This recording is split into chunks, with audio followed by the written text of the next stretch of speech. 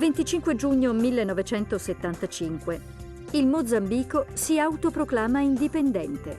A differenza di molte altre colonie africane rese libere dopo la Seconda Guerra Mondiale, il dittatore portoghese António de Oliveira Salazar non volle seguire la strada delle grandi potenze europee. È la popolazione a conquistarsi la propria indipendenza.